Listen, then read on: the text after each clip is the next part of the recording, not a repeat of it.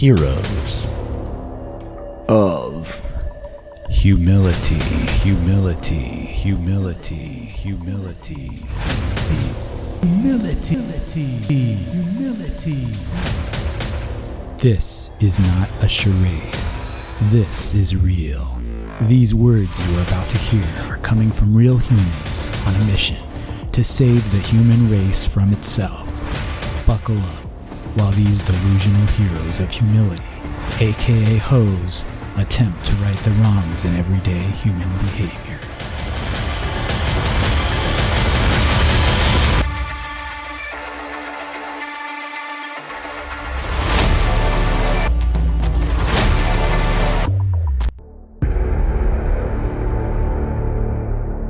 Welcome back to Heroes of Humility. This is a very special episode. We have an awesome guest. And by the way, to any listeners, thanks for tuning in again. The guys it's been difficult to be consistent in our plans, and so they could not be here, but we have a very special guest, and they did want to be here for our guest, but they didn't make it. So this is really about what our guest brings, and a lot of magic, really, I think is the best way to describe it. I'm going to introduce her here in a moment, and she's kind enough, and I explained my philosophy on what I wanted to discuss to introduce this show, because it's a big part of why she's here. But we would have loved to have her, even if we weren't talking about a subject that I know is near and dear to her heart.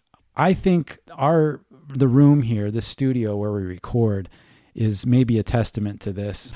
My beauty says it's a testament to my lack of maturity and that I've never grown up, but that's okay.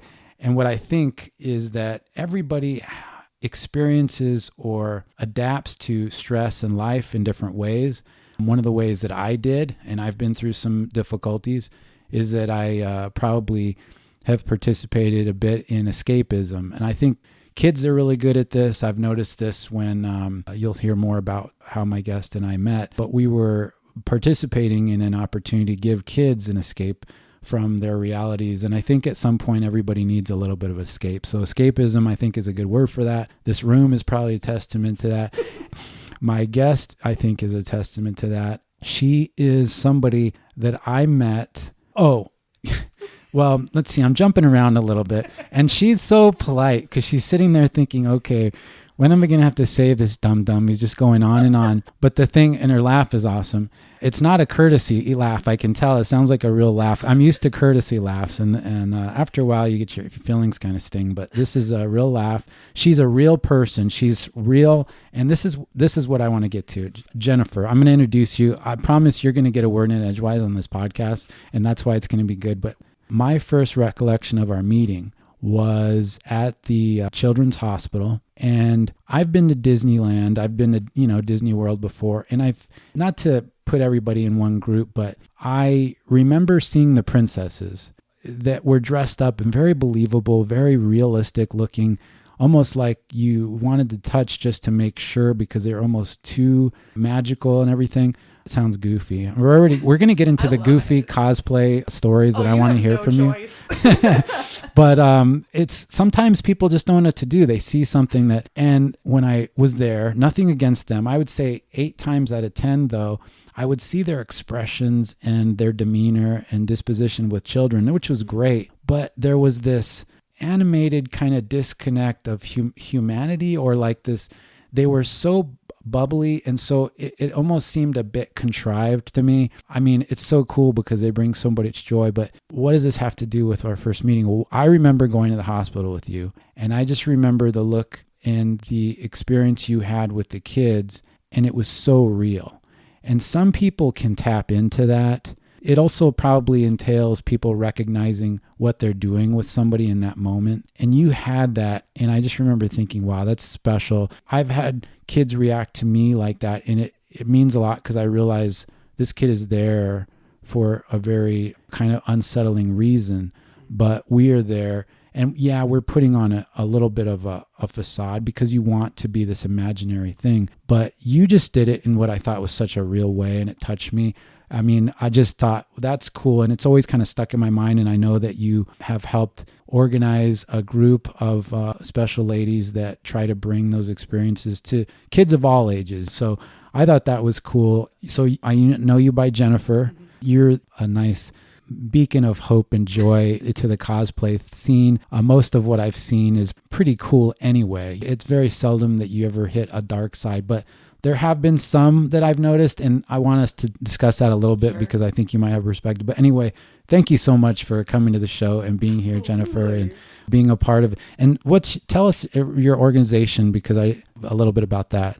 Yeah, so Super Ladies Foundation is we're working our way to nonprofit. We're not certified yet, so it's kind of more like a cosplay, group. But we like to go wherever we're needed. Yeah. So we pretty much started in like the peak of the pandemic, literally like middle of like 2020. So it was kind of a crazy time, but there was just a bunch of girls that kind of came together. We had a girls' day, a bunch of women that knew each other online and, distantly through the community, and were involved with each other one way or another.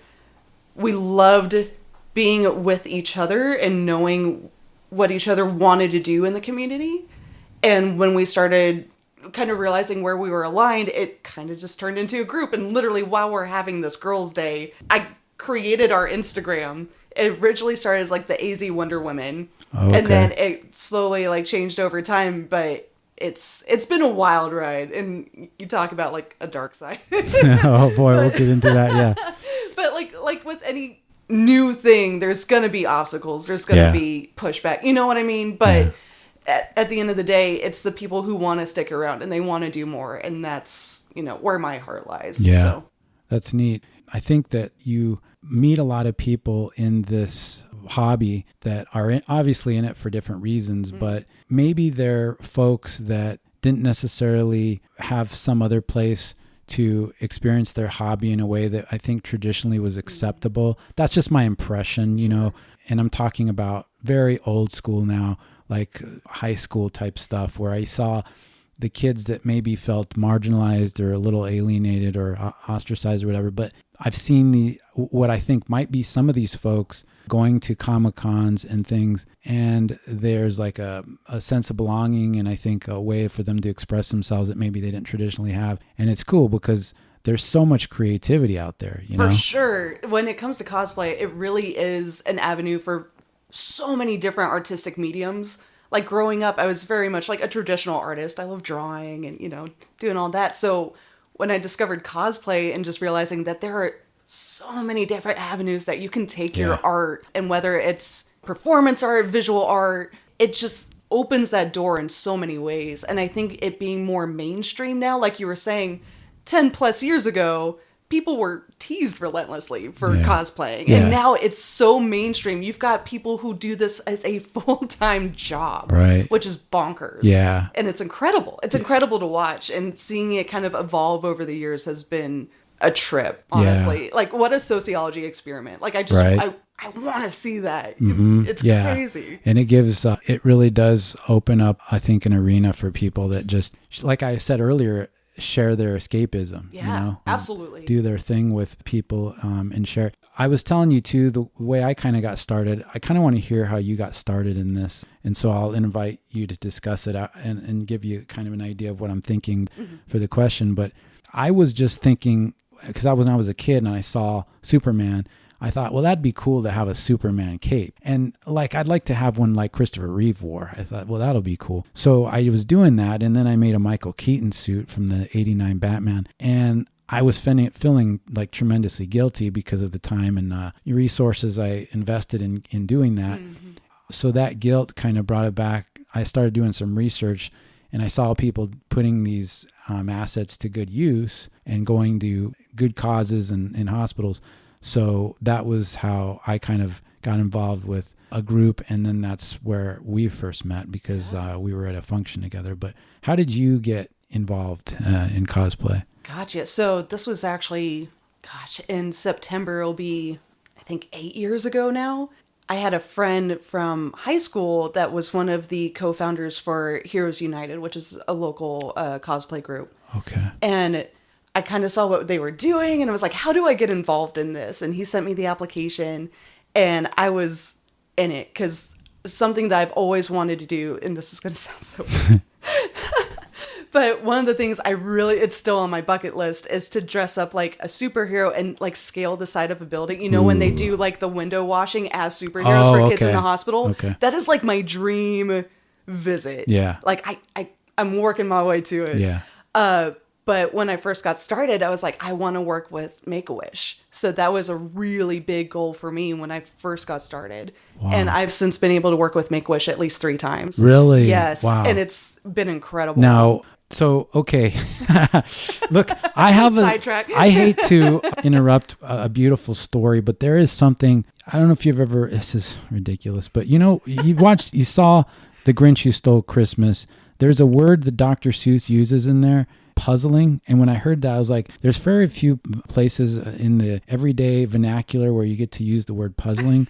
But I am puzzled by something that you said. The thought that you had that you wanted to scale the side of a wall, maybe you looked at the realistic component of you could do it because there are crews that do this to wash the windows, but that was something that materialized in your mind brings me so much back to a grounded place in my childhood where I had to make things like that happen. And I want to know if this is still a pursuit of yours. Did you get to do it with Make-A-Wish, or is this still on the horizon for you? Oh, it's still on the docket. It's top of my list. Oh, that's sweet. Because I don't even know where it came from. I want to say that I saw like a YouTube video or something like years ago where you just saw people who were dressed up. I don't know if they were originally like window washers that just happened to dress up like superheroes for the sake of like kids seeing them, right? Or if they were like volunteers. I still don't know. I wonder if I could find that video. But when I saw them, like, that is the coolest stinking thing I've ever seen. I want to do that. Now, how realistic do you want to take it? I mean, are you going to stay on a scaffold, one of those things that raises people? Oh, no, I would be like on a tether. On a harness. Oh, gosh. That's yeah. okay. That's so funny. I just saw Beige when he's in here. So Beige, who usually sits across from me, you can see the space that he has to sit in. Yeah. And he's always knocking something over. I'm terrified I'm going to knock something over. No, you're fine. I'm very animated. He will feel so vindicated that somebody else bumped into a Star Wars paraphernalia in this room. I'm like trying to sit on my hand because I talk with my hands. No, you're fine. It's bad. And what's funny is your chair, I've got it set up so that it moves really easy. Yeah. And I have the things that go on the side of Batman's gloves. So I have an extra piece and they're sitting behind the wheels so that you don't slide all over the place in here. But anyway, I'm sure the audience. I'm sure the audience is very engaged in this discussion right now about how.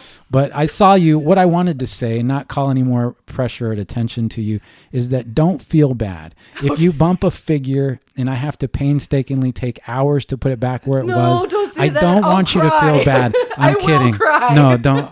I'm trying to put some mustard on it.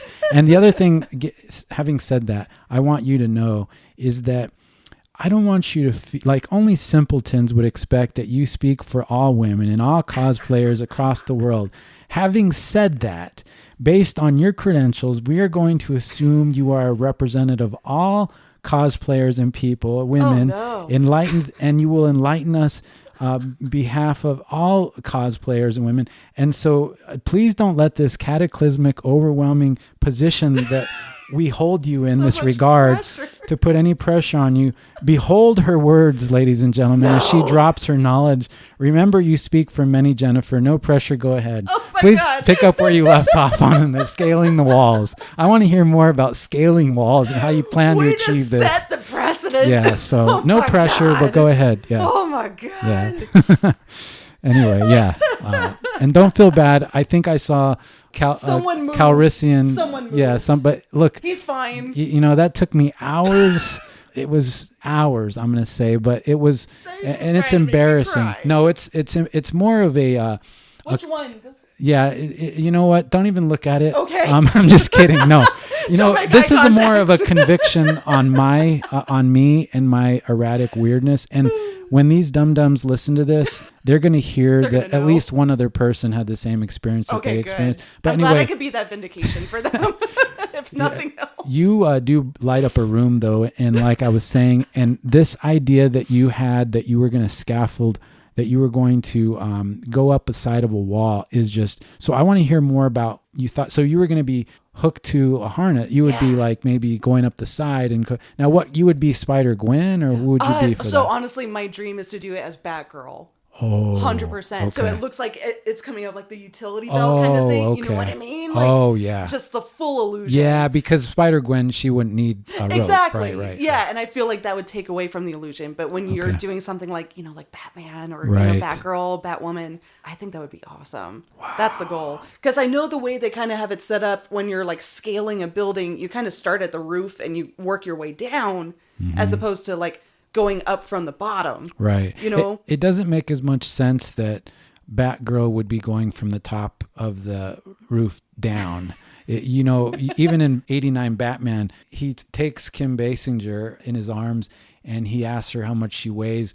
And the idea is that you want to go upwards. You're going up the side of the building. I'm just basing it off of what I saw that one video. That's what this entire dream of mine is based on, is this loosely described video that I saw at least like on YouTube. Nearly 10 years ago. On YouTube? Yes. And nobody was hurt in the making of this. No. I just love your will. I think it's so cool that you're willing to try this. So bad. This has become my dream, is to have you do this. Like, I want to figure out, how do we make this happen? I'm sure that, we've been to the children's hospital enough.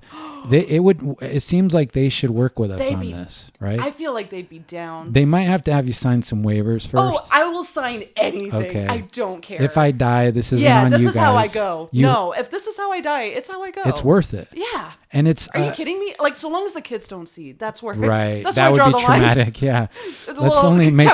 Let's only make kids have good memories. And if something happens to you, let's just... maybe that's the part. We just throw some smoke down there. Yeah, there you go. Oh, there you go. A little smoke bomb action. You're really willing to take one for the team.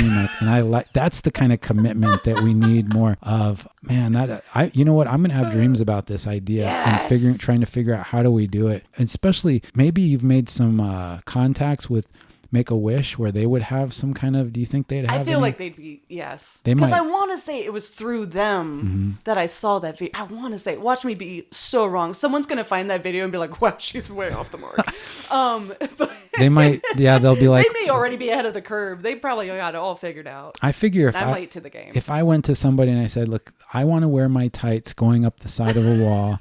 And only say tights. Don't say superhero. Onesie? Yes, okay. There you go. Yeah, Leotard. make it more. Okay, yeah. Then I could probably... They'd be like, okay, we need to hook you up to a machine. We want to make sure psychologically that you have your. But I feel like you bring a different...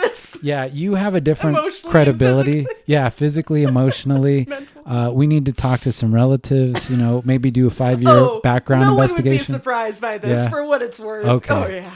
And they'd be in full support. You don't have anybody that would be like, no, we don't think you should do this. Or... No, I feel like they'd be down. My uncle is just as eccentric as I am, and I feel like I get a lot of that from him. Okay. So if anyone's going to be in my corner, it's going to be him, and then the rest of my family probably rolling their eyes, but no one's going to be surprised by this. Don't you, as a cosplayer, think you need to have a little bit of support from people in your family? 100%.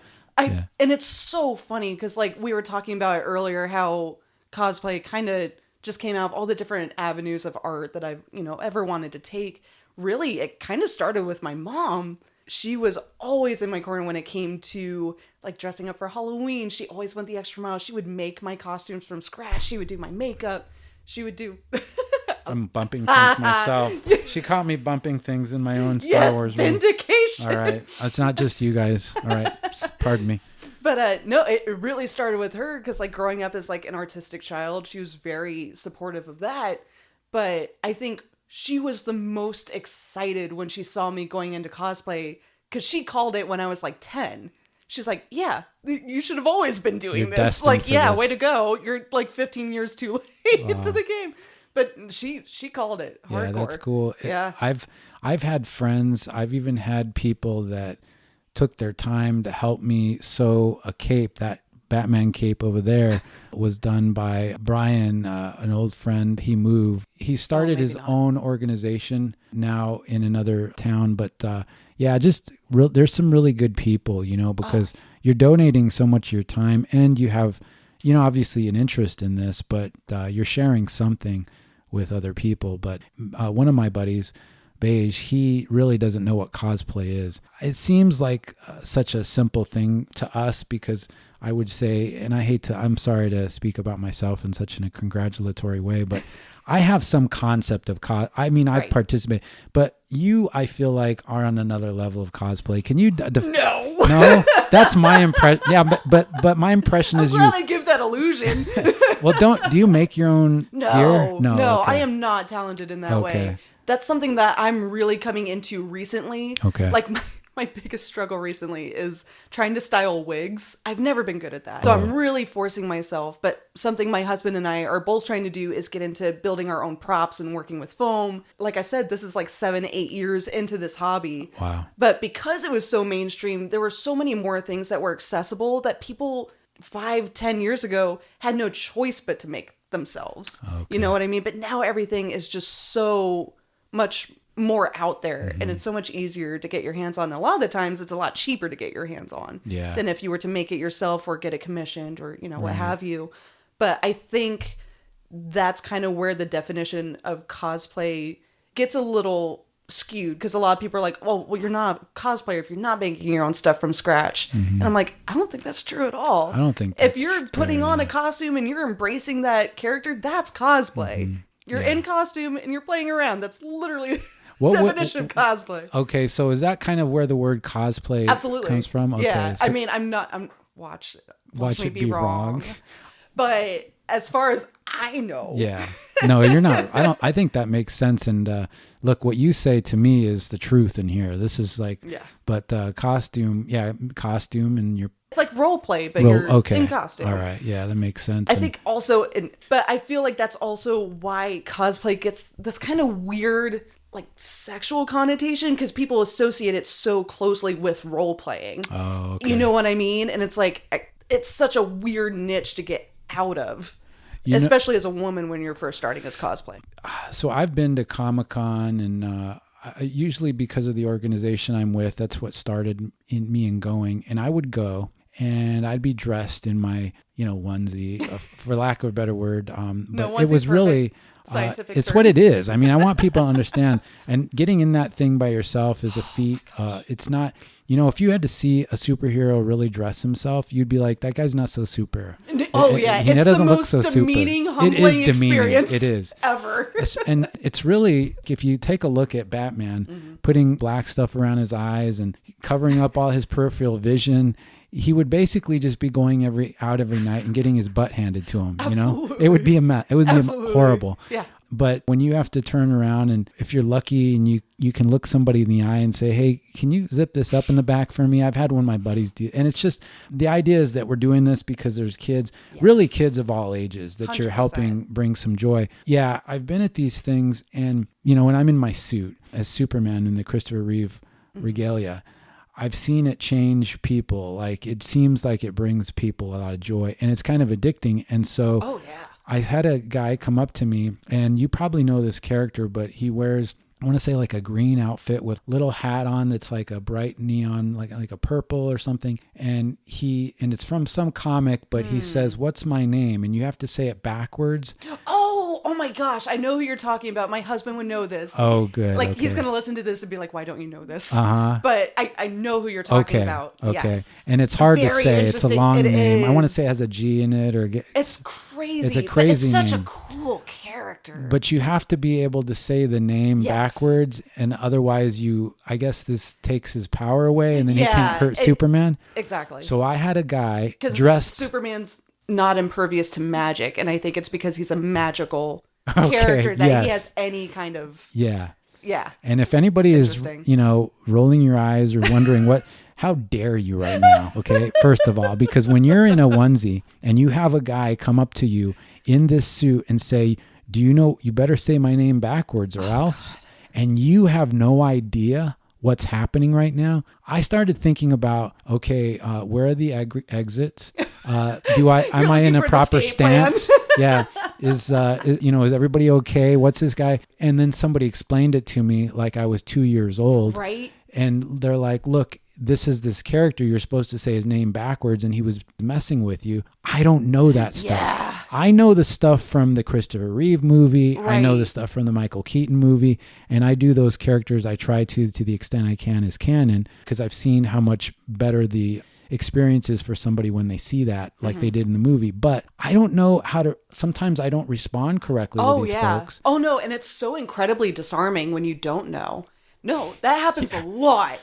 That was my experience, but I wanted to bring that up because you mentioned that there is this connotation in a sexual way with sometimes people being in these costumes. And for women, a lot of the traditional costumes, you look back at like in the 70s to Linda Carter, what she wore and these things. And when you're a kid, you're like, wow, yeah, she's a smoke show and she's Wonder Woman. But you start to realize she's more than just like pretty. She's kicking butt. Like there's some idiots that are doing stupid stuff and she's putting them in their place. Yes. And it felt cool to see that. And so I just imagine that for women, there's a different set of challenges at these comic cons and stuff. And that's what I was curious from your perspective, what that's like and what's like the weirdest or most challenging situation you've dealt with and how do you deal with that and that kind of stuff. I don't know if you can speak to that. No, that's a great segue because especially what you were saying,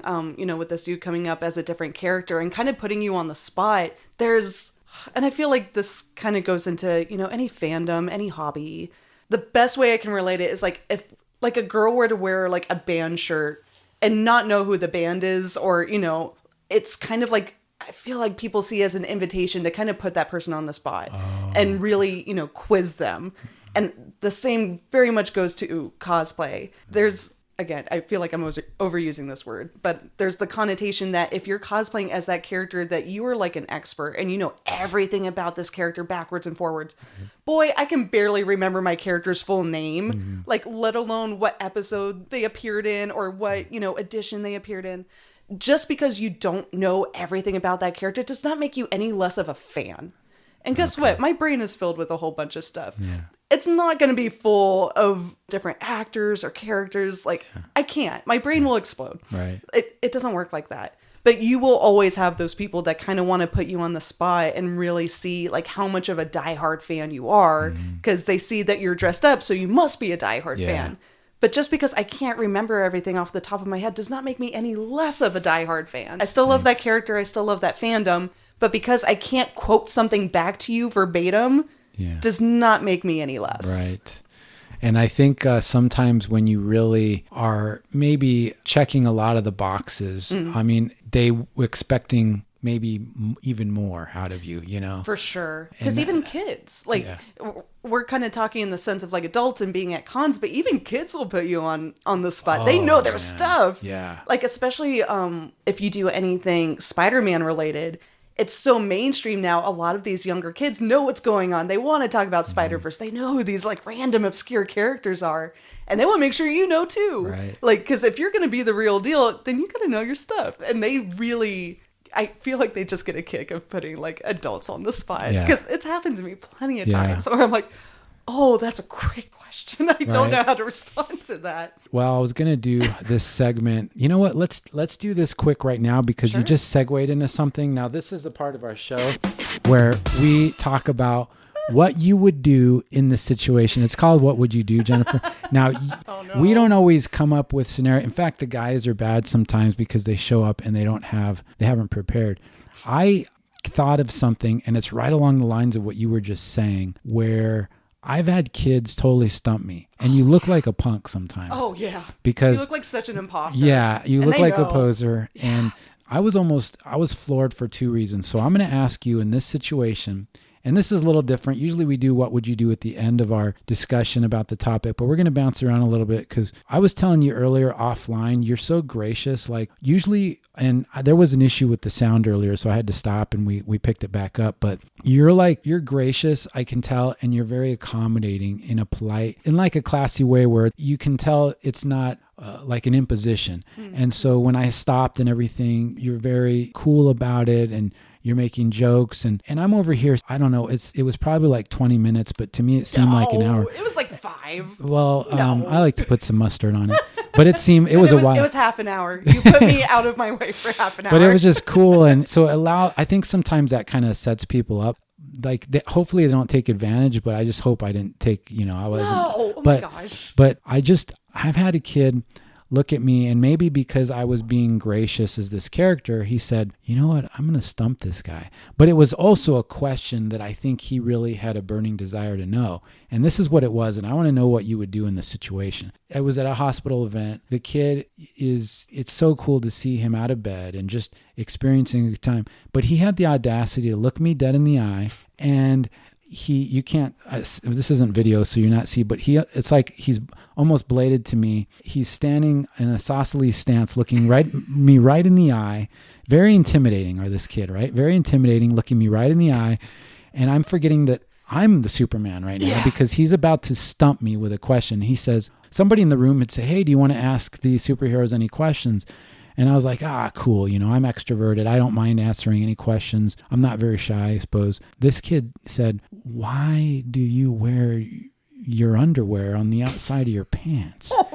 And he looked at me like I was some kind of like a mess. But he also realized, well, this is Superman. Yeah, this is and a he's bought into it. question. Yeah. And he wants to know. He really, and so what I realized is even though he was so assertive, he didn't want to make me feel bad, even though I felt, I was feeling a little inferior, a little pressure at that point. I'll tell you what I said afterward, but I want to hear, and I bet you've had experiences like this, but I just was wondering what you would say in that situation. Like say you were, for Superman, for instance, what would you do? I mean, what would you say for that? Oh my gosh, that's so rough. It's hard because... And especially for like a male cosplayer, because for the most part, you see a lot of female cosplayers pretty much walking around in their underwear. Right. You know what I mean? Yeah. So it's like, no one asks them that, but they'll ask the dude. Yeah. It's like, okay, rude, double standard, but fine. Ooh, good point. Double standard, yeah. But that's so the fact that he really wanted to know.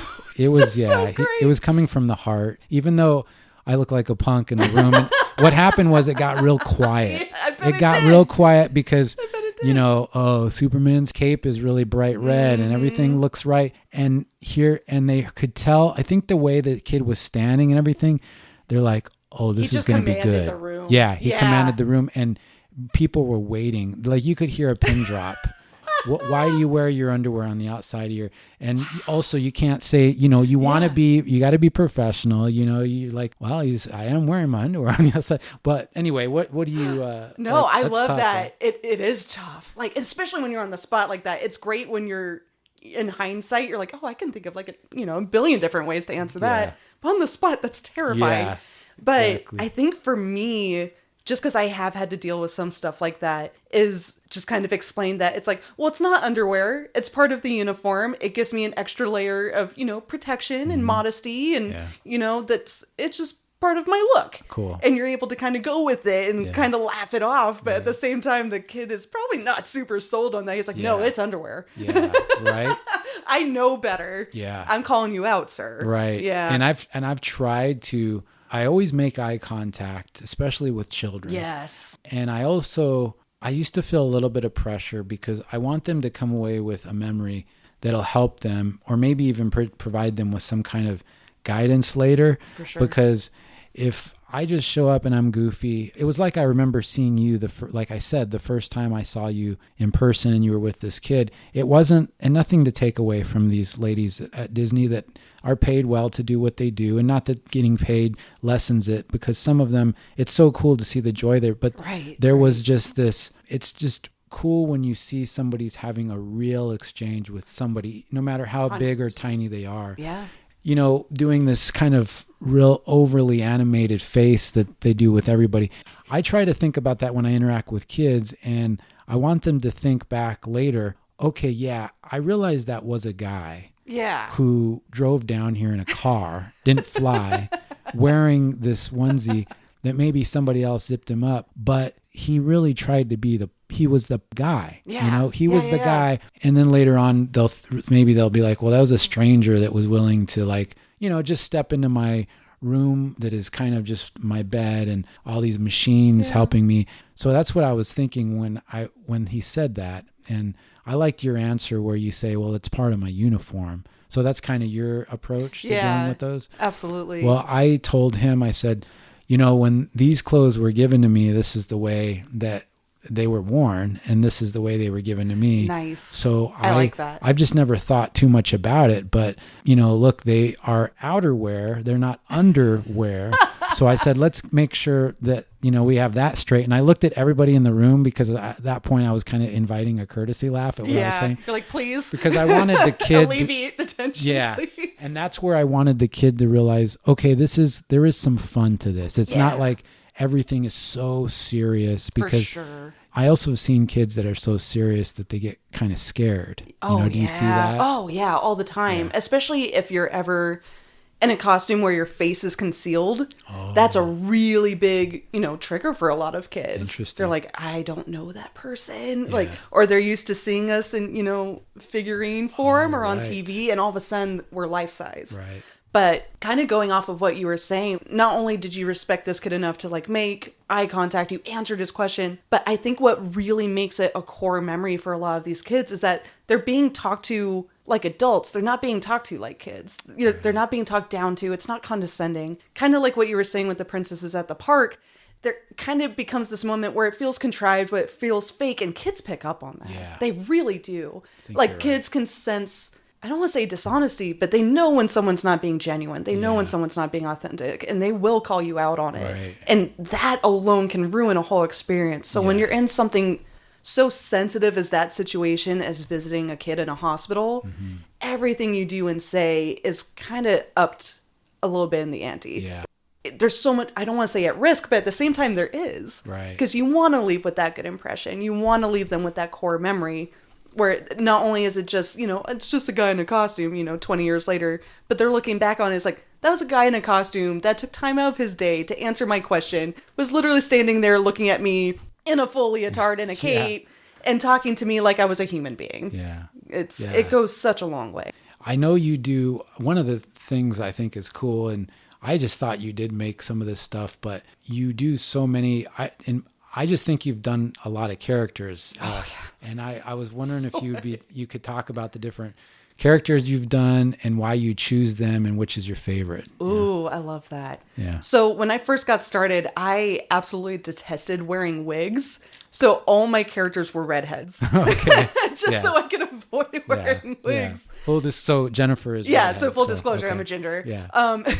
So that's kind of how it started, the thought process when I was picking characters. So my very first character was Black Widow. Oh. And it was also like a really easy costume to do. I got invited out to do, it's so weird, but it was kind of like this business convention. We were there representing our friend's business, and we were just kind of there as like this novelty. It was like me and two other friends dressed up, and it was me, Black Widow, and then I think my friends were like Batman and Hawkeye.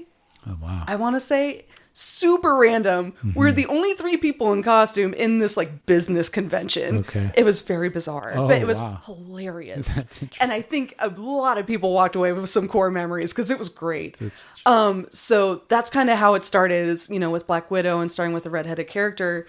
But as I went on, just realizing how many characters that I just loved and associated so much with, just like as a nerd and as a geek, and just finding those things that I loved. I'm like, oh, like this character like really resonates with me.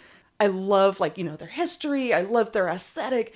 And that's kind of how I go off of now, which is why I have so many characters, because apparently a lot of characters speak to me. It's cool. And I just like jumping in. Yeah. And it's so funny because, there's always the highs and lows of fandoms.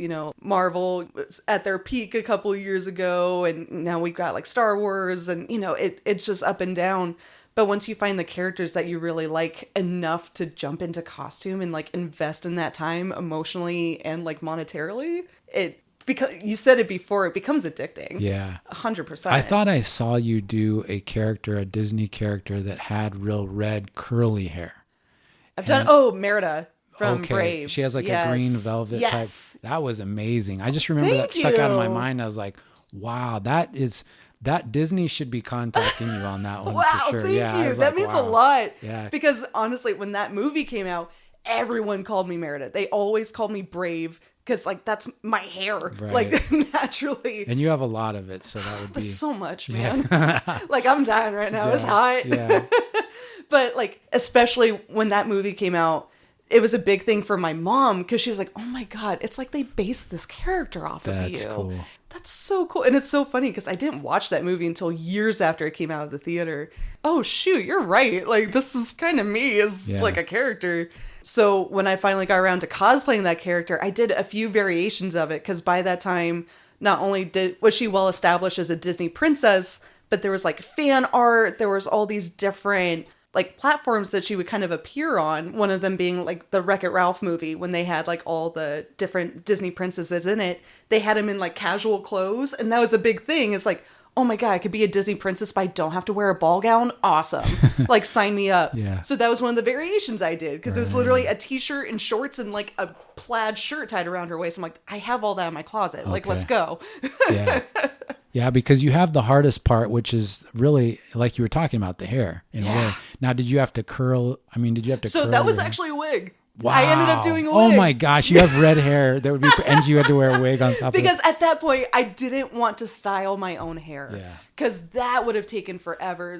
Like using like a curling iron that's like this thick, just doing little strands at a time. I'm like, or I could buy like this $20 wig, put a little elbow grease into it, and it looks phenomenal. Yeah, I know. Yeah. I think I've heard some girls say that there's people that charge to take a wig and make it look the way you want. Oh, right? absolutely. It's a whole thing to it. Yeah, and I can see why. Like, now that I'm kind of getting into styling my own wigs, like literally once I leave here, I have to go home and style a wig that I'm very much dreading. Dang. But because I'm just new to it. And that's kind of the pressure I put on myself too. I'm like, okay, I'm not good at like right away. I hate it. Yeah. And it's like, no, I have to get out of that mindset because it's like, no, you need to practice. Like anything else, you have to practice. Yeah. Is this real hair? I know you can get real, right? You can get. I try not to. Okay. I don't know what's just because preferred. And I know everyone's different. I don't mind going with super cheap. I just prefer having like the lace front so that it looks as real a hairline as possible. So it's not just like that hard line where it just looks like you're clearly wearing a wig. Right. Yeah. Because there are some bad ones. Okay. Yeah. But I feel like I found this perfect in between. I know a lot of people do like investing in like real human hair and like having like the full like lace and they'll glue it down and everything. Wow. Very rarely do I glue mine down just because the events that I tend to do are not like an all day thing. If I were doing an all day thing, I might be more willing to glue it down so I'm not messing with it all day. But when you're doing like 2 to 4 hour like events, I'm willing to tough it out. Have you done the contact thing where you the contact cement? Yeah. Or the different colored eyes and stuff? Oh, yeah. Oh, no, I've recently gotten into that because I took up as an ambassador. It's called, oh my gosh, I just recently started with them. Oh, Moco Queen. Goodness, I was going to say like Momo Queen, and I know that's not right. They're like, we take back that ambassadorship. You're fired.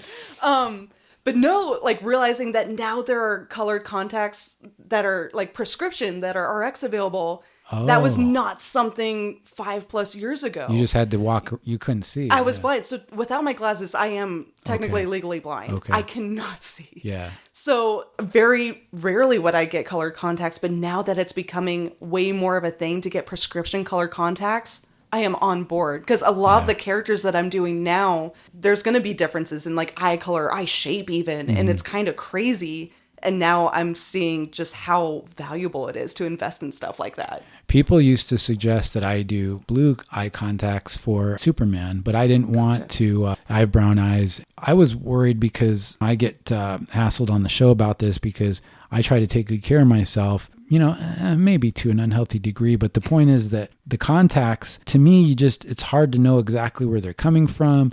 Is this like something I really want to put in my eyes? I know you have to be careful with that stuff because if you get a long, long time ago, before I had my vision corrected, I had a contact situation where something got under there. Oof. And it can cause what they call an ulcer on your eye. Mm-hmm. And so you're nodding, you've heard of this, but that's what happened to me. I almost lost my vision. So you have to be so careful with content, and glasses are the way to go, honestly. And it's like, it sucks sometimes though when you are in costume because you cannot get away as a character with glasses sometimes, you know what I mean? Right. So so even just switching over to, the dailies, just being able to wear regular contacts as a character, which I look out, a lot of the characters that I do have blue eyes, so I can just wear my regular contacts. But now that I'm kind of doing more characters that aren't necessarily like humanoid, I'm looking way more into like aliens and demons and like the variety is just kind of all over the place, and a lot of it hinge on having like those different colored eyes or, Yeah. you know.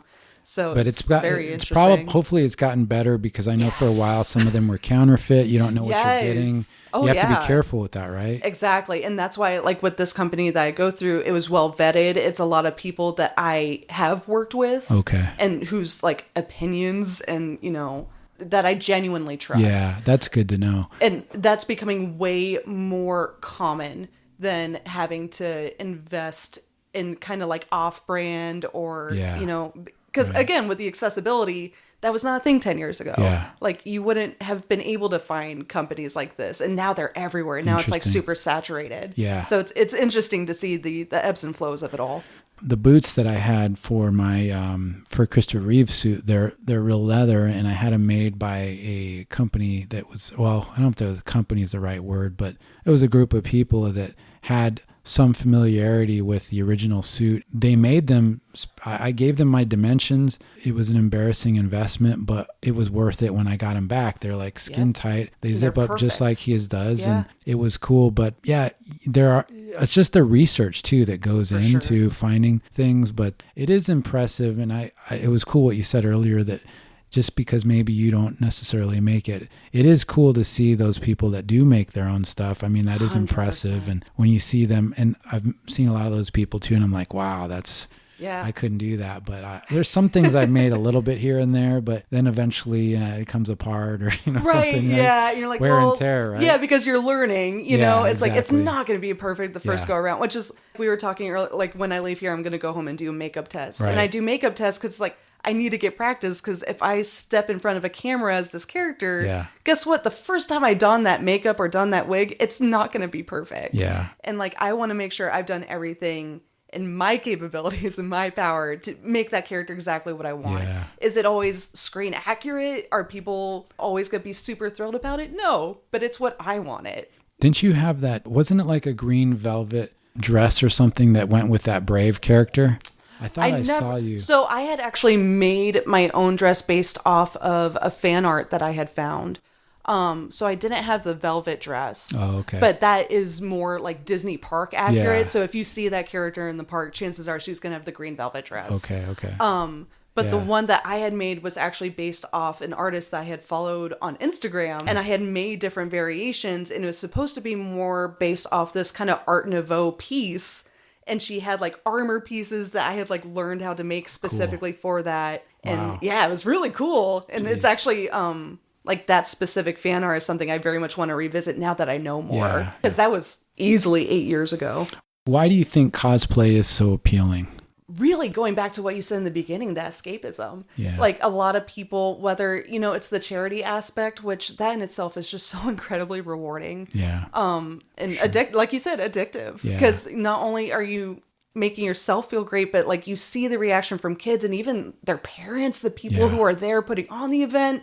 It really brings this different level of joy to people, whether they're into it or not. Because guess what? There could be plenty of people that are like, oh, you're like in costume. That's so freaking weird. Yeah. So what? It's not for you then. You can go over there. Yeah, This ain't for exactly. you. Yeah. It's for the kid who is standing there ogling me and is like stupefied because I look like their favorite character. Yep. That's who it's for.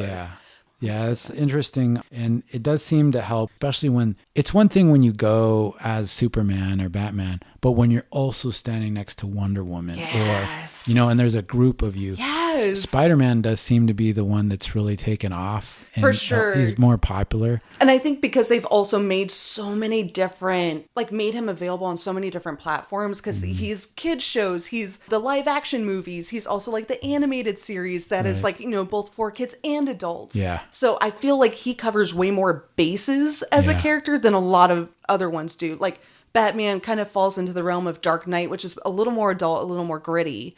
Whereas Spider-Man is just all over the freaking place. Like he can be funny and down to earth and can have like this funny like little kid's voice and no one bats an eye. Yeah. But like if you were to do that with Batman, they're like, what is this? So my buddies were giving me a hard time a couple recordings ago, but I actually had to get some help from one of them. And when you go to Comic-Con, you probably have gone through the math of how am I going to get into this gear and then get out? Or how am I going to make a trip, you know, if I have to the facilities? I mean, is it as awkward for women to have to ask, one of their friends for help, or I don't like now. I mean, I would imagine that once you reach a level of maturity and sophistication that doesn't typically come to fruition in this Heroes of Humility studio, that it's not a big deal to ask somebody. But no. For us, sometimes it is hard to ask your buddy, "Hey, I need you to zip me up." And right. So, I mean, I don't know. How would you? I know each thing is different. Each costume is different. Oh yeah, for sure. And I think it really depends on how complicated a costume can be. You have to be sewn into this? Yeah, right. Which I've had to do before. I've literally had someone have to like pin me into my costume because I got there and it just started falling apart. Oh, man. And it was like some of the stuff that I had made and just started disintegrating. And I've had to be pinned in, sewn in, Jeez. But that's kind of the beauty of this community. Everyone's been there. Yeah. Everyone's been in that same spot. And they've always been in a position where they wish they had an extra set of hands. Yeah. So I think having handlers, having friends there specifically to help you in your costume, to kind of keep an eye on you. Yeah. Like, especially working with kids, guess what? It can get physical. Kids like to jump up on you. Right. They like to race you. Yeah. Like, you're going to have a physical time. Right. So you have someone there that's not only looking out for your safety, but also just like the structure of your costume. Yeah. It goes a long way. And the stress, right? Yes. It can be kind of stressful. Oh, absolutely. Because there's nothing more stressful. I remember when I first started, I was actually part of a local princess group. And I was their first superhero that they brought on. They were as Captain Marvel. They started branching into the superheroes. I was like, yes. Okay. And we were doing this. It was an event at like the Harley Davidson dealership out in like Mesa. Interesting. I forget what it was for, but it was so fun. Huh. And I remember one of the things was they had this giant inflatable obstacle course. And the kids wanted me to do the obstacle course with them. Man. But I'm terrified because I just have this wig that's holding on for dear life. Yeah. And I'm like, nothing is going to be more traumatic to these kids if I'm going through the obstacle course and my wig just comes off. So I'm like terrified. And I'm like, also, these kids are going to beat me because I'm like 25 years old. They're like 5. Yeah. This is going to be embarrassing. No matter what I do, it's going to be embarrassing. But at the same time, these kids are just so excited to have you interact with them on that level. They don't care. Yeah. They don't care that you're not actively utilizing superhero powers to just annihilate them in the obstacle course. They just see an adult even that's willing to take the time to hang out with them and be with them on their level. Wow. So kind of once I got into that mindset and just being very aware of where my wig was and how attached to my head it was, nothing happened. Like it didn't fall apart. I didn't rip my suit, nothing like that. But it does add a certain level of stress. Yeah, the pressure. 100%. The pressure is there. I remember the first time I went to an event, a kid came. Now, I had the Christopher Reeve accurate belt, which is hard to get, the color and all that. Yeah, so he kind of went up to like touch my belt, and I didn't realize it, but I did one of these kind of. Oh, like, yeah. I almost didn't swat his hand away, but I kind of like. But also, you're like, whoo. Yeah. Like and I felt bad later. And then on the same event, somebody just came up to me with their 1-year-old and just said, "Here." Yeah, they just hand you their baby. They just hand you like, their offspring, And you're like, is that... So there's a picture, and it's still somewhere, I think, on the internet, of Superman holding a kid way out here like this. Like the Lion King pose. Yeah, yes, exactly. Like up for everybody to see. And I look like the biggest dummy because you could tell I didn't want the kid to touch me. But I was also trying to hold the kid. You're also holding a child. Yeah, I was. That's not yours. And I've got a really good grip on his torso. But I'm trying to make sure that he stays alive and I don't get dirty. Yeah. And then you're thinking, well, if one of those two has to give, which one is it? Exactly. I can't let this kid get hurt. I may have to take one for the team, and maybe his sandal will touch my suit or whatever. And I just felt 100%. Like such an idiot trying to hold this. But you don't think of that until you're in it. Like you would never have that thought process outside of that moment. Yeah, I would have him protected in the full grip and everything. But you're so aware of like what it took to get you there in the first place that you're like, okay, I can't let anything happen to this suit. Because you're wearing like $1,000 investment sometimes. You're like, oh dear God. And unfortunately, in the picture, it just says, which is 1,000 words, this is an incredibly shallow jerk holding this kid. No. And that's just the way it looks like. This dummy can't hold his kid right. That's how it goes. But you learned from that, right? And it's like, Not only that, but you also learn how to take care of your suit Yeah, after that's situations true, yeah. like that. I discovered the beauty of Scotch Guard when it came. okay. Like lifesaver. Yeah. And it's like, oh my God, like I wish I had known this like 20 costumes ago. Yeah, because, well, for people that aren't familiar, I mean, I don't think I've even used that. I've put my suit through the probably hardest ordeals to clean it, and that's probably not the best. What do you do? It really depends on the fabric. So Yeah. if you're kind of dealing with like a lower quality fabric that can kind of take a lot of abuse like that, you're good. But like, so I have my Captain Carter costume, which is probably the most expensive costume I have to date. I got it through White Sheep Leather, which they are like moderately priced, but their quality is impeccable. And it's really difficult to keep the upkeep of that because it's so unique. And it's a mixture of different fabrics and different even sewing patterns. That's all kind of like, it feels like you're like kind of stapled together on like a hope and a prayer that it's like, it looks okay. Now, there'll probably be people that aren't familiar with what. So Captain Carter is. Captain Carter. So primarily she's from the What If series. I think that's where she originally shows up. I think she shows up actually in the game. Okay, so a video game? Yeah, or I want to say it was even like a phone game. Okay. So she wasn't canon to the comics or anything like that. And then she kind of just built up this popularity with like the What If series with like the recent Avengers movies, where you see like the parallel universes and everything, where your Peggy Carter kind of takes over as Captain America in that timeline, where she's the one who gets the superhero serum and kind of becomes, the super soldier. I did such a bad job keeping track of which movies to watch in which order, and I've like gotten bad at them. Oh, it's rough. So now I've lost track, and I haven't seen a lot of them. I wonder if that saturation or white noise has become an issue for some of the genre, because those became very high money making movies, but I wonder if they've overdone it. I 100% agree with you. I feel like it has become incredibly oversaturated. And now it's just gone to the point where even as a fan, I feel like everything is just kind of a money grab. Like there's no real heart put into it. You kind of see the lack of like details to like the plot, even like the animation, some of the CGI effects, stuff like that. So it's kind of disheartening because they did so well. They started out so strong. You see like the early movies like Iron Man that was just like so monumental to the MCU. And then as time goes on, it just kind of becomes more and more of a money grab and just kind of like fan pandering.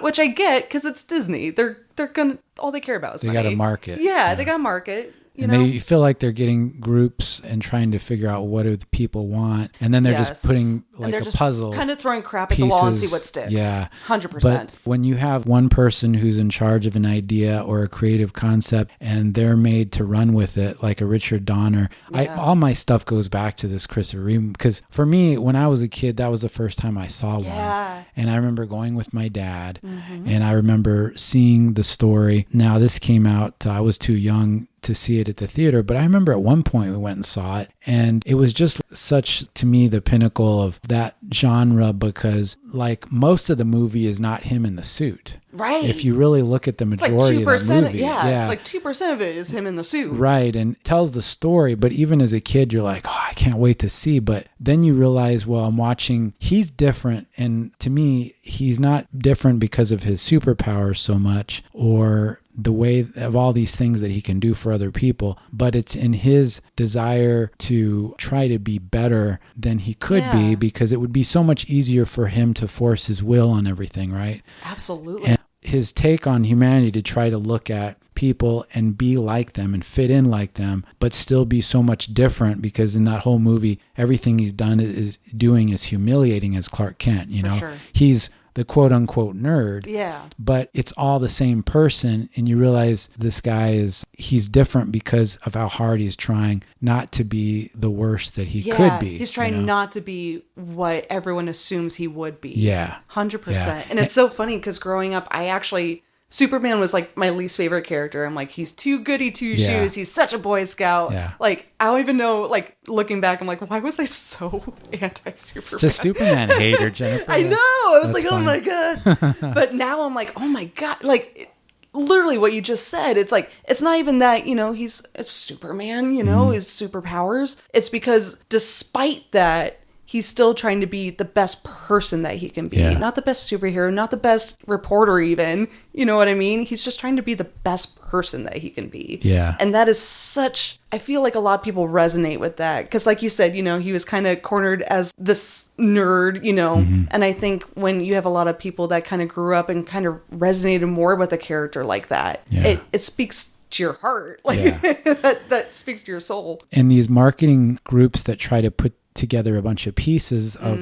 features that they think are qualities that they want to have in these movies. See, that movie came from a few people, and maybe singularly, who thought, this is how I want this to look. I hope people like it. Right. But if they don't, then it's just, I messed up. Richard Donner was such a good part of that. And I felt like, and then you hear Christopher Reeve talk about the way that he portrayed that character. Yeah. He didn't want to stand there with his fists on his hips because he felt like all that was being done by the suit he was wearing. Like he didn't need to do all that stuff, and that kind of meekness or mild approach at that. And I do see that people, even as now you watch these movies and you hear, if you watch him discuss this character, how he was an ambassador of it, just kind of renting it for a while until the next person. That's the way he kind of talked about it. I saw in some footage.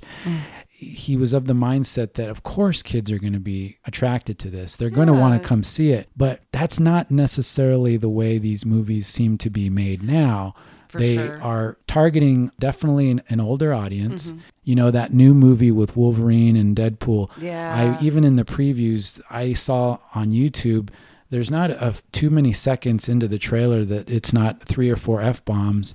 And you think, how does anybody not... Now, I realize people will say, okay, but this is being made for a different audience, but come on, man. Right. Kids are going to want to see Wolverine. Yeah, exactly. And I totally get you there. And it's so weird because you see that catch-22 because you have a character like Deadpool that is very uncensored, is very like crazy, you know, a very crazy character. But then if you bring in like a fan favorite like Wolverine, guess what? There are going to be people not in your target demographic, they're going to be coming to see this movie. Right. And you can't necessarily get mad, but at the same time, that's also why, you know, those ratings are in place, and I get it. But at the same time, you can't be mad if people are like, well, I love that character, but this isn't what I was coming to see it for. Yeah. I know. So it's a weird double-edged sword when it comes to that. And you can't probably ever appeal to everybody. And there's people are going to be disappointed because we have expectations. But it did seem like earlier in those earlier iterations of those characters, those earlier movies, that you just leave the theater feeling such a sense of goodwill. For sure. You know, everybody...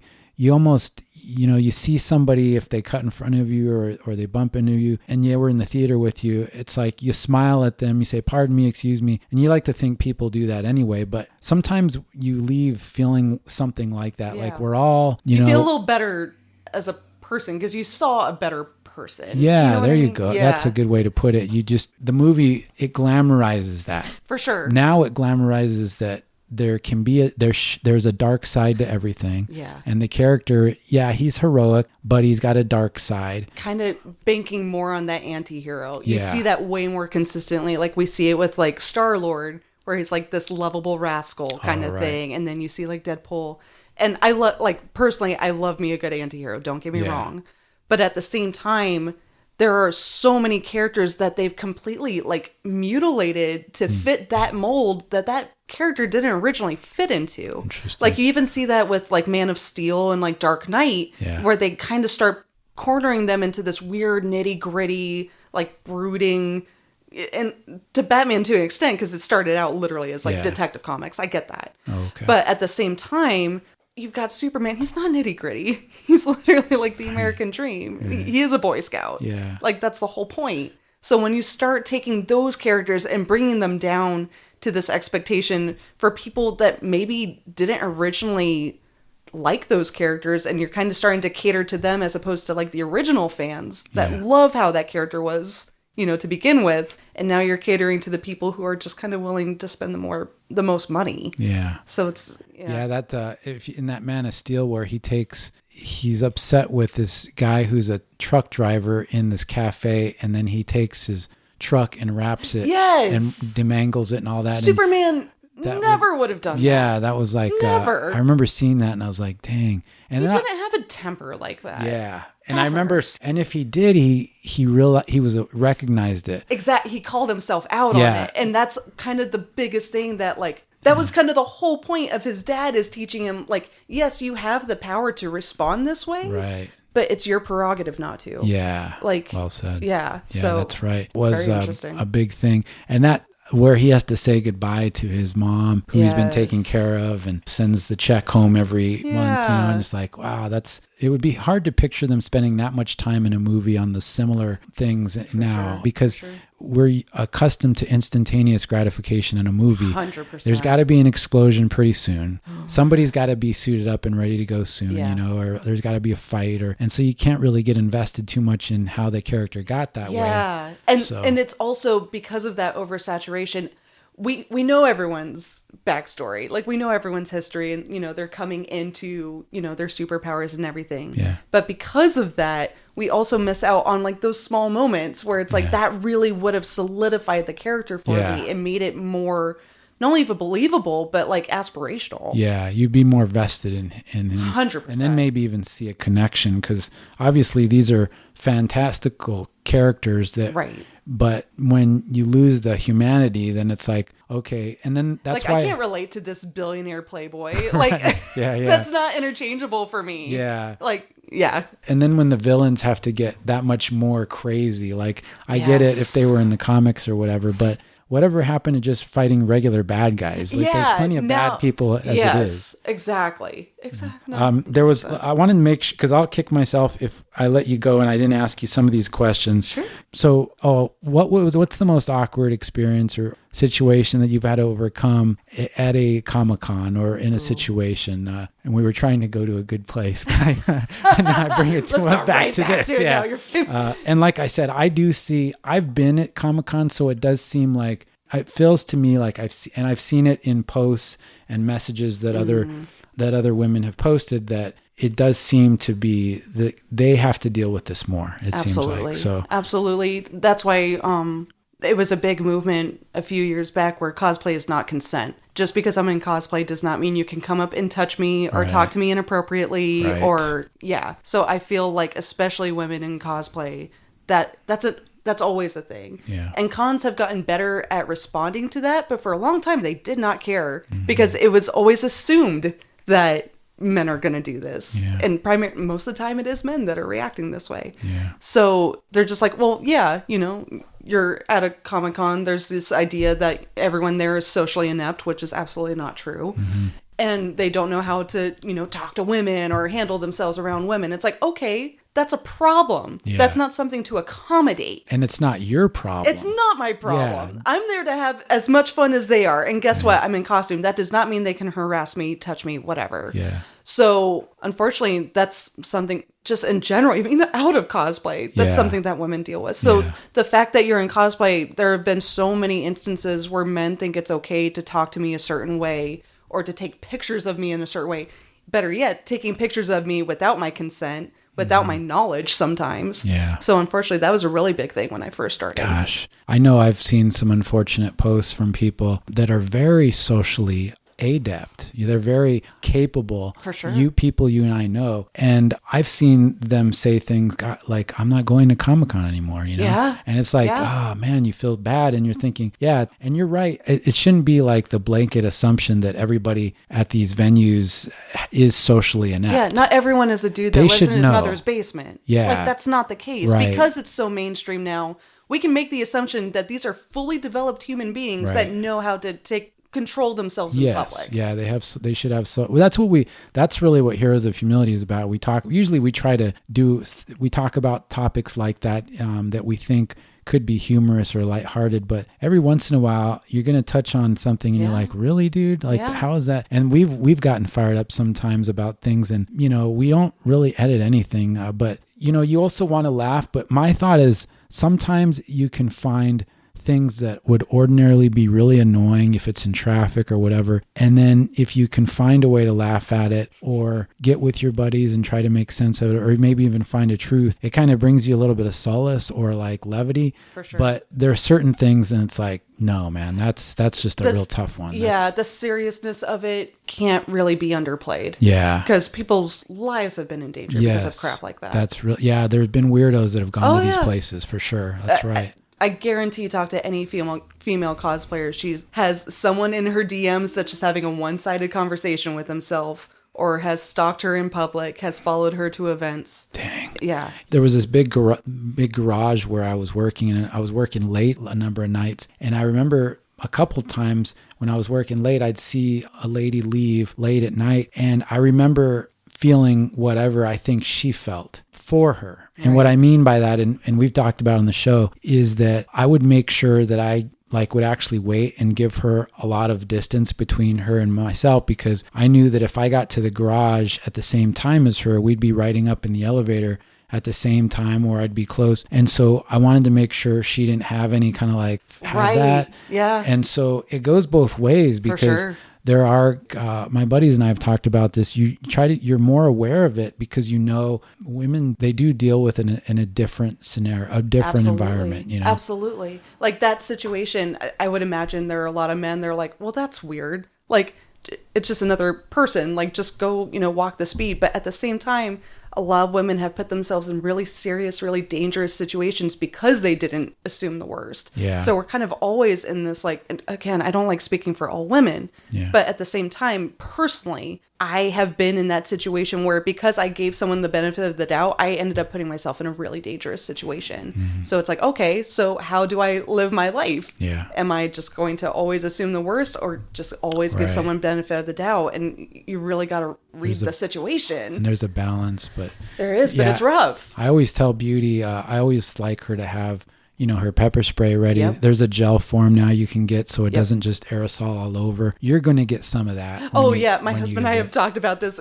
Especially like in movies when they show someone pepper spray and it doesn't get back in their face. And we're like, BS. Right. Yeah. That's crap. No way. That's not canon. No, that's not canon. Yeah. Come on, guys. Physics. It's not a good, and it's almost good to know how you'll react to it. And you got to shake them once in a while and give them a spray because it keeps them working properly. But all good stuff. And we've been lucky enough to have one or two other guests, but sometimes I think it's a mistake to think that men and women think genetically or physiologically different for sure. I took some classes early on in college, and that seemed to be the predominant idea that that's overrated, that's not true. But I think sometimes there are some maybe learned differences at least, and I'm wondering what you think. I mean, do you think there's innate differences in how women and men act or think? Gotcha. It's so funny because that really goes back into the age-old questions like nature versus nurture. And it's just, I think to an extent, but at the same time, just the world that we live in now. Like, it's so crazy because everyone just kind of lives their lives online and everyone thinks everyone else is just so much more accessible and that they're kind of entitled to this level of knowledge about this other person that maybe they've never met in real life. You know what I mean? Does that make sense? Yeah. Where they feel entitled to be a part of this person's life, to possibly be their friend. And that's kind of where you see stuff like parasocial, where people are like convinced that this online personality, even like a local personality, is their friend because they essentially haven't talked to that person and they've kind of developed this own scenario in their head. And that's something that didn't exist 10 years ago. Yeah. So now having that, it's very different because I was a very different person 5 years ago, 10 years ago, what have you. I'm 33. So growing up, it's been wild because all the stuff that I dealt with as a kid, that's not really a thing anymore. And all the stuff I'm dealing with as an adult still scares me. Like it's terrifying. Yeah. And you have to be aware. So I do believe that there's overlap in how men and women approach certain situations.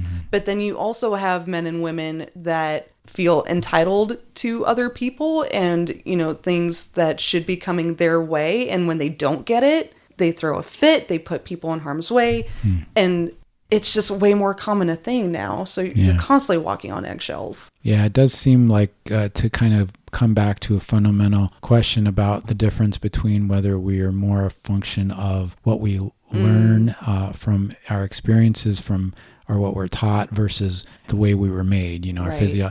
And I guess that's always probably components of each, but certainly maybe with the learning, the stuff you learn, there could be some differences, and you learn, well, this is how I'm supposed to behave or what I should probably think. And I think that's probably evolved a little bit, but for sure, we get into that sometimes in the studio. It's we've loaded. talked about that. It's a loaded question. It's tricky, right? Yeah, but it's like you can appreciate, other people's, walks in life, and not necessarily every man is going to go through something that every woman goes through, and vice versa. Yeah. So it's very interesting to see how different people react to the same situation.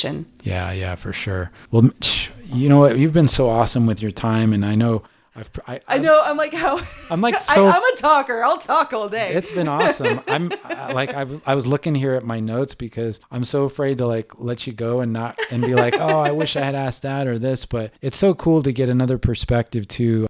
I really appreciate you making the trip out and going over all this stuff, and it's good to talk about it. Heroes of Humility, especially.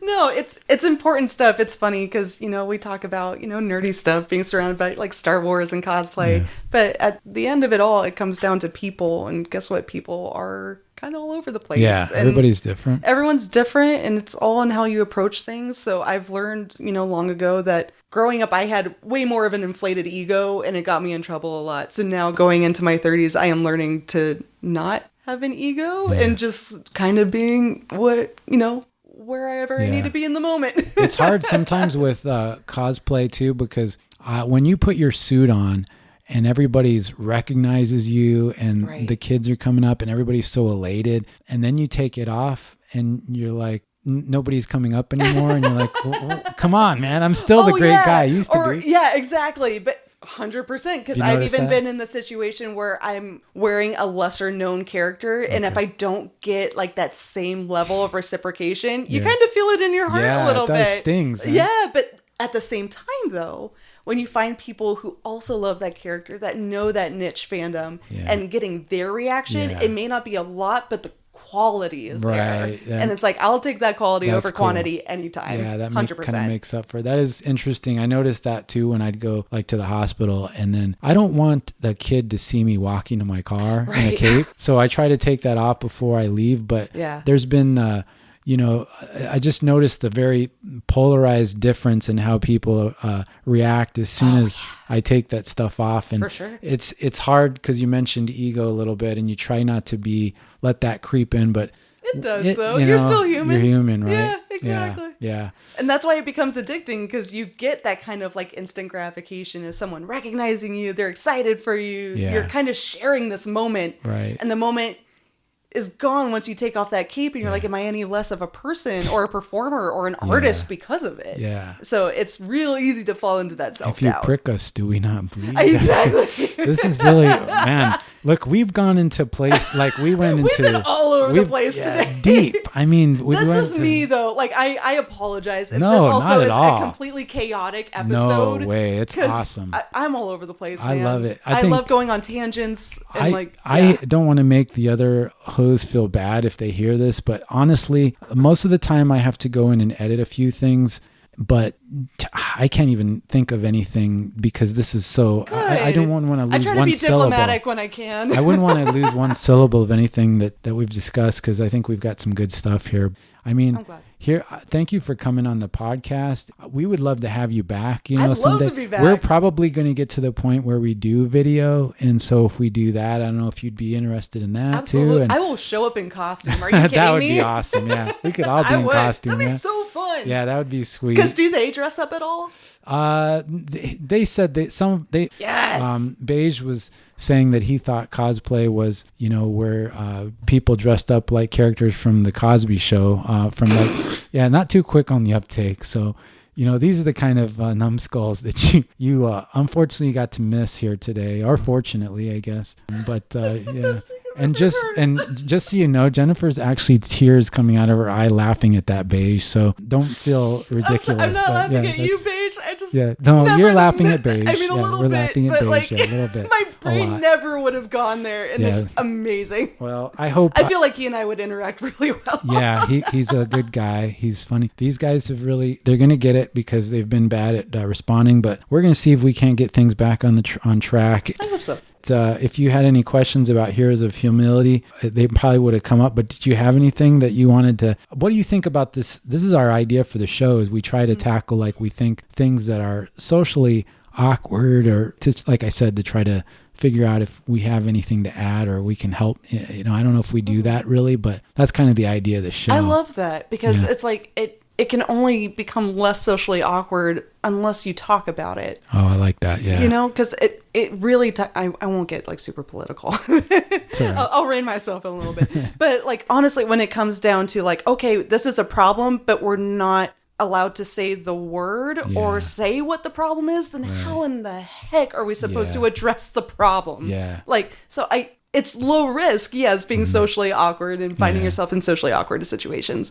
But at the same time, how are people expected to get out of them if you don't draw attention to it and if you don't talk about it like adults? And if you can find some laughter in it, because we all... Because guess what? It's funny. Yeah. It's awkward. It is. We all do something goofy at some point. I'm a goofy human being. Like, my life is entertaining as heck. I want a camera on me all the time because stuff happens, like man. the Truman Show, the Jennifer Show. Yes. I remember when I was a kid, Mr. Rogers was on a lot. I'm really dating myself, but the cool thing about it, and in syndication, but I heard him say something once. There were two things that stuck out to me that I thought were good for kids, and I was a kid at the time, but I recognized it. He said, if he was talking about parents and kids whose parents have been divorced, and he said, these are scary things for kids, that their lives, but if you can't talk about it, it makes it scarier. Exactly, because now it's like this forbidden thing that you can't talk about, and it just adds that extra layer of like fear and just lack of understanding. And then they kind of grow up in that, and I can talk about divorce because I'm from, a family of divorce. Most of us are. Yeah, exactly. Right. And the fact that they're still unwilling to address what that does to a kid's brain and how that affects them, especially in those years of like development. Yeah. That's huge. Right, for sure. That is such an impact, and it could be positive or negative, and how you deal with it, that is the only way to determine how that kid reacts to it and grows in it. I know you and I could go for another 10 easily. hours, but I will say this. I'm wondering the age, because I was about 8 to 9 when my parents divorced, and it was like a very kind of important time, for me. So that I had to deal with a lot more. How old were you, if you don't mind me asking? So the first divorce with my biological father, I want to say I was like 5 or 6. Oh, okay. And then the second divorce, I was a teenager. Okay. I would say even harder. I mean, definitely a 5 or 6. That must have been the harder. Is that the harder? Funny because I don't remember a whole lot. Okay. But like what I do remember is just all of a sudden Dad wasn't home. And we're going to this different place and not really having anyone explain why. And just how suddenly they're in a room together and they're yelling and everyone's angry and I don't understand why. Yeah. But there's only so much you can explain to a 5 or 6 year old that I'm even going to comprehend, let alone want to know about. Right. So it's interesting, and it's something that I'm exploring as a recent parent. I have a stepdaughter, and growing up, I knew I didn't want kids, but I have hit the absolute jackpot with this stepdaughter. She is like my little partner in crime. I love her to death, but there are so many situations where I even see my husband in where I'm like, good Lord, how would I have handled that? Yeah. Like, it's bizarre. Yeah, it's humbling. I wonder if you ever, and I don't know if you look around, you can probably, you'll conclude this, but I just feel like a kid still. Like a lot of my thoughts, like I'm like, that person did this and that seems very adult to me. Yeah. And I never feel like I've gotten there completely. I get you there, because I feel, it's so funny, because I feel like I'm embracing more of like my inner child now than I ever did as a kid. Because I feel like growing up, I had to grow up fast. Yeah, that's it. There and I feel like I matured very early on. And now here I am in my 30s and I'm still playing dress up and collecting toys. Yeah. So what do you think about this room? I mean, I love this room. I love from a female perspective, because it makes me so happy. That's cool. I love it. So cool. Yeah, it's awesome to show. I immediately texted my husband, like, this is the coolest setup I've ever It's crazy. It It's just kind of great. accumulated over time, and I really And don't that's have how any it more goes, space. man. Yeah. That's how it goes. Like Yeah. my office definitely not on this level, but it's like I have plushies, I've got toys, I literally have racks of costumes and wigs like in my office awesome. that I also work in like remotely, Very like my cool, full yeah. daytime job. But it's like I love being in a position where not only have I found other people that are very much in the same situation, but I don't want to say enable, but they do enable me. Yeah, They're like, yeah. yeah, go for it. Do In a the good thing. way. And I'm, Yeah. yes, exactly. It's support. Right. Like the support that we didn't necessarily get as kids. Yeah. Which is cool. So it's like, it Yeah. comes full circle. No, all of our freak flags are flying. I Well, I love shouldn't speak for it. everybody, but mine anyway. No, for let sure. that freak flag fly. Yeah, for I sure. love it. And when you come back too, it'd be cool if you can meet the other guys. And I would love to. For thank sure. you. Like I said, it's been awesome. I had a really blast. glad. today. But anyway, take care. Thanks for listening to Heroes of Humility. This is Pierce signing off with Jennifer. And JJ. she goes by JJ too. Thanks. Stay cool. Be kind.